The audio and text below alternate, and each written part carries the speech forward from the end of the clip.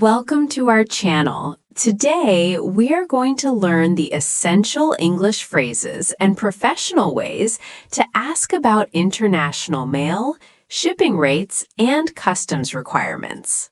I am so excited for this, Emma.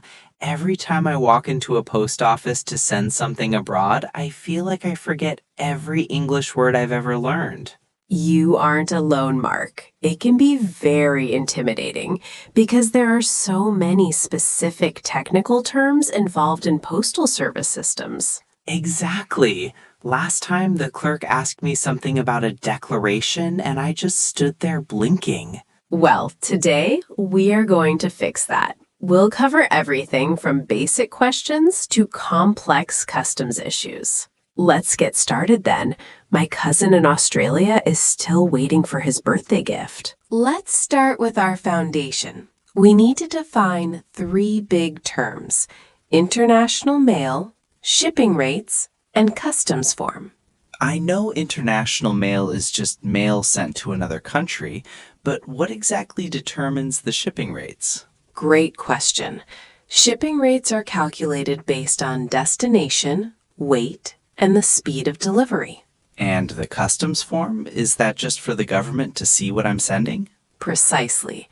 It is a legal document where you list the contents and value of your package for the destination country's authorities. So if I don't fill out the customs form correctly, my package might get stuck? It definitely will.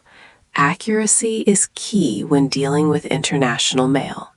When you arrive at the counter, your first question will likely be, how much does it cost to send this to country? That seems simple enough, but can I be more specific? Like, what are the current shipping rates for a 2-kilogram box to Japan? That is perfect, Mark. Adding the weight and destination helps the clerk give you an accurate quote immediately. What if I want to know about different price points? You could ask, are there different shipping rates depending on how fast it gets there? Ah, so I'm giving them the opportunity to compare prices for me.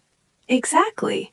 It shows you're looking for options, not just the first price they give you. Now, you'll often be asked to choose between airmail and surface mail. Airmail sounds fast because it's on a plane, right?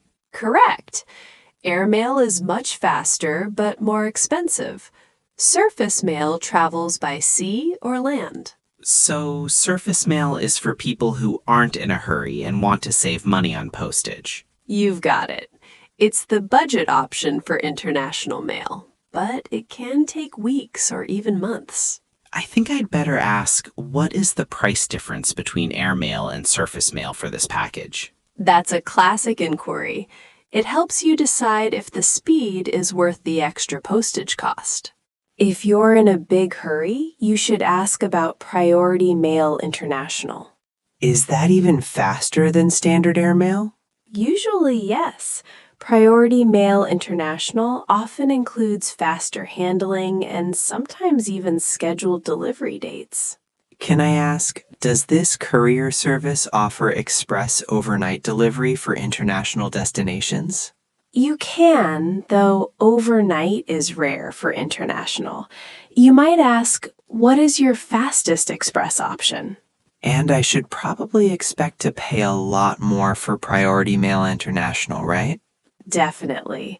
You're paying for the premium speed and often better handling of the parcel. Filling out a customs form is the most important part of the process for international mail. Should I ask the clerk for help? Like, could you explain how to fill out this customs form correctly? Yes, they see these every day. You should also ask, do I need to list every single item inside the package? And what about the value? Should I put the price I paid or the current value? You must list the fair market value. You can ask, how specific do I need to be regarding the item descriptions? If I'm sending a gift, do I still need to list a value? Absolutely. Even gifts must have a declared value for the Postal Service and customs officials. Next in line, please. How can I help you today? Hi, I'd like to send this box to Brazil, but I'm worried about prohibited items. Can you check this list?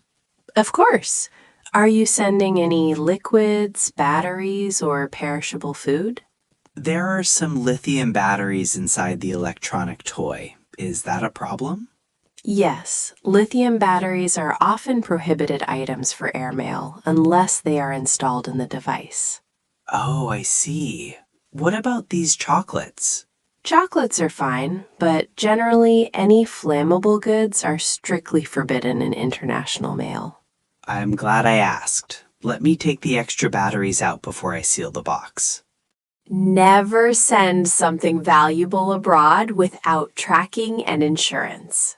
I always forget to ask for those. What's the best way to phrase it? Simply ask, does this service include tracking so I can see where the package is? And for the insurance? Can I purchase additional insurance to cover the full value of the contents? Perfect. Tracking gives you peace of mind, and insurance protects your money if the package is lost. Is tracking usually included in Priority Mail International? Typically, yes, but it is always safer to confirm by asking, is a tracking number provided with this shipping method? When sending gifts, timing is everything. You need to ask about the delivery time. I usually ask, when will it get there? Is that too casual? It's okay, but what is the estimated delivery time for this destination? Sounds more professional. Does the delivery time include the time it spends in customs? That is a very smart question. You should ask, does the delivery time account for potential customs delays? Because if it sits in a warehouse for a week, my express package isn't very fast anymore. Exactly. Clerks can usually give you a range, like 7 to 10 business days. Size matters. Every postal service has a weight limit and specific dimensions for packages. I once tried to send a giant teddy bear and they told me it was too big. I was so confused. You should have asked, what is the maximum weight limit for international mail to the UK? And I guess for the size, I should ask about the dimensions. Like, are there restrictions on the box dimensions? Yes, if a box is too large, it might be classified as oversized and the shipping rates will skyrocket. So, measuring my box at home before I go to the post office is a good idea? It's the best idea. It saves you from a very expensive surprise at the counter. International mail goes through a lot of hands. Your packaging needs to be extra secure. Do I need to use special tape? I usually just use what I have at home. You should use reinforced packing tape. You can ask the clerk, do you recommend any specific packaging materials for long-distance international mail? I've seen people use bubble wrap. Is that enough for fragile items? Usually, but ask, is this packaging sturdy enough to withstand international transit? I'd hate for my gift to arrive in pieces. Maybe I should ask if they sell heavy-duty boxes here. Most post offices do. It's worth the extra couple of dollars to ensure the safety of your items. One thing that surprises many people is that the receiver might have to pay import duties or taxes. Wait, so I pay for postage and then my friend has to pay again to get the package? Sometimes. It depends on the country. You can ask, are there likely to be any additional duties or taxes for the recipient? That's a bit awkward. Can I pay those taxes in advance? With some courier services, you can. Ask, is there an option to prepay the import duties so the receiver doesn't have to? That would be much better for a birthday gift. I don't want to send my cousin a bill. Exactly. It's called DDP, or Delivered Duty Paid, in the shipping world. Hello, I'm calling to inquire about a package I sent via international mail last month. It hasn't arrived. I'm sorry to hear that. Can you provide the tracking number and the destination country? The number is GB123456789. It was headed to Germany. Let me check. It seems it is currently held at the customs office in Frankfurt. Is there a reason for the delay? The estimated delivery time was only 2 weeks. Sometimes customs form discrepancies cause delays. Have you received any notification regarding duties? No, nothing yet. What should I do next? I will open a service ticket for you to expedite the inquiry with the German Postal Service. If you're sending important papers like a birth certificate or a contract, you want registered mail. How is that different from a regular courier service? Registered mail provides a chain of custody.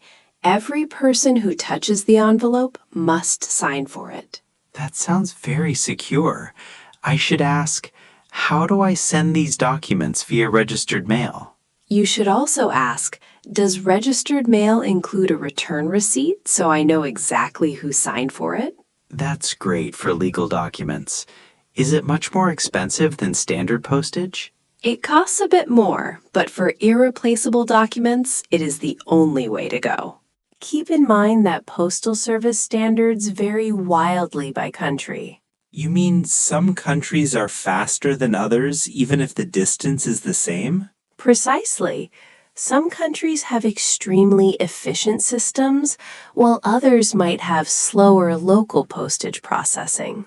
So when I ask for the delivery time, the clerk's answer is just an estimate? Yes, and you can ask, is the delivery time guaranteed, or is it just an estimate for this region?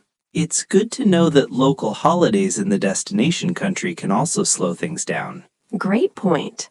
Always check if there are major holidays coming up in the country you're sending to. Let's recap the top 5 phrases for international mail.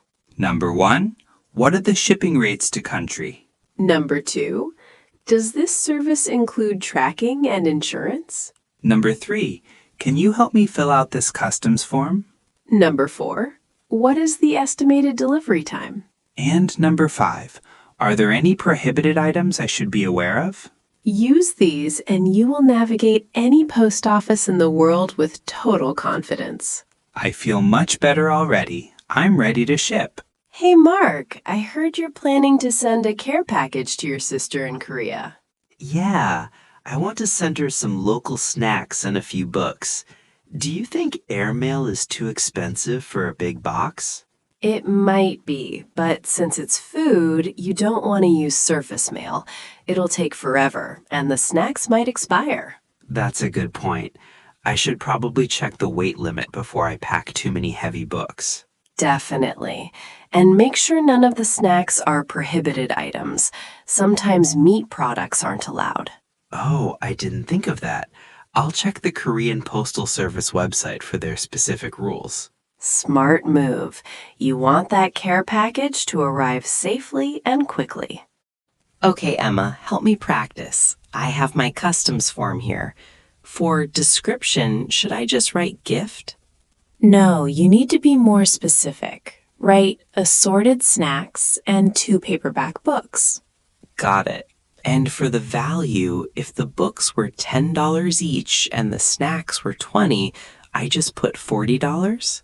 Yes, exactly. And don't forget to sign and date it at the bottom. Should I worry about the dimensions of the box if it's just a standard size? It's always good to measure. If it's over a certain size, the shipping rates might jump to the next tier. I'll use your measuring tape just to be safe. I don't want any surprises at the Postal Service counter. Almost done.